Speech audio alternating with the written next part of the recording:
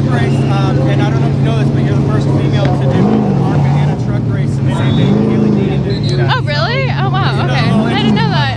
But not only that, but a top 15, so very, very strong race for you. Like, what do you take away from not only just that kind of result, but just the learning experience and curve you had? Yeah, I mean, there's a lot to take away. I mean, there was so much that I kind of had thrown at me that I hadn't really experienced before, with just like the aero and like being like in dirty air and all that kind of stuff. I feel like you experience that in ARCA, but in trucks it's amplified a million times. So that was a whole new experience, and I feel like everyone's just like really, really good out here. I kind of feel when everyone's like side drafting me and like nobody gives an inch. So I feel like there's just massive learning curves throughout, but I feel like we kind of finished a clean race and it was pretty solid. So obviously a big step from ARCA to trucks. Can you talk to anyone about what to expect and how to prepare for a race like this and a big jump like that? Oh yeah, I bugged all my teammates. I texted Tanner last night. I was bugging Corey this morning. So I bugged all of them. I was talking to Dean all day today. So yeah, I definitely asked them as many questions as possible. What stood out to you most from what they said and then from what you experienced in the race? Everyone just says like drive the heck out of it. Like the harder you drive it, the better the truck will feel. So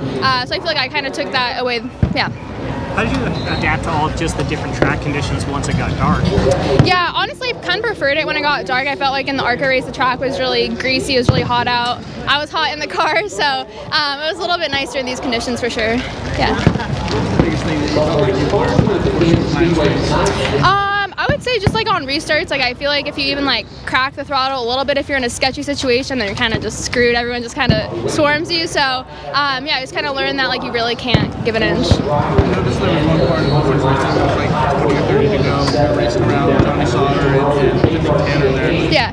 What was that like? Because it looked like you were gaining on Johnny. Yeah. Tanner caught back up to you. Just going through that. Yeah. Having some being around you. What was that learning experience like? Yeah, I mean, racing around Johnny, he's obviously very experienced, and he was taking the air off my nose, which I've never had happen before. He was like blocking me, and I mean all the right experienced driver stuff. But yeah, it was definitely kind of hard to get around him. I was trying to just learn around him, and then Tanner kind of caught back up to me, and then I feel like Tanner kind of led the way for me to kind of slide on through also. What do you feel like the run like tonight, knowing that you're top of 15 finish? What do you feel like this can do for your career moving forward?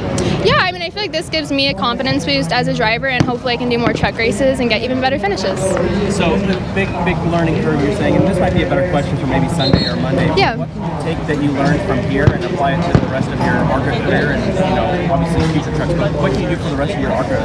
Yeah, I mean, I think, like the aero and like dirty traffic comes into play so much in these races, and it does in the ARCA stuff, but it's so amplified here, so I feel like I got to experience it a little bit more and really understand it, and it was just like so much more apparent. So I feel like I can take that away for sure. And that's something like obviously that Sims can't.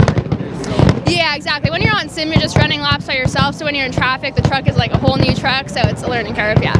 Is it extra satisfying knowing that you avoided just all of the crazy wrecks that happened? Oh yeah, at the start of the race, I almost didn't avoid one. I was like, oh no, I didn't want to end my race like this.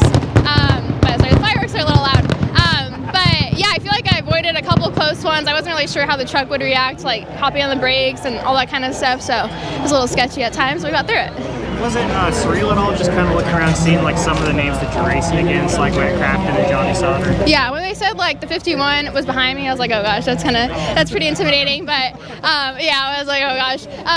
But no, it was really cool. Yeah, I mean, everyone in the field is like really, really experienced veteran drivers, so it was really cool to race around them. Thank you, I appreciate it. What was that? Honestly, so we got all stacked up on the first lap, and I like just kind of jumped out of the throttle, and everyone else just went, and I was like, okay, that was a little too conservative there. So I definitely learned from that. I was like, I'm not going to do that again, and I kind of improved from my restarts there, but yeah, that was a little bit of a sketchy first truck start. Yeah. Yeah, exactly. Hopefully we're working on one, so we'll see.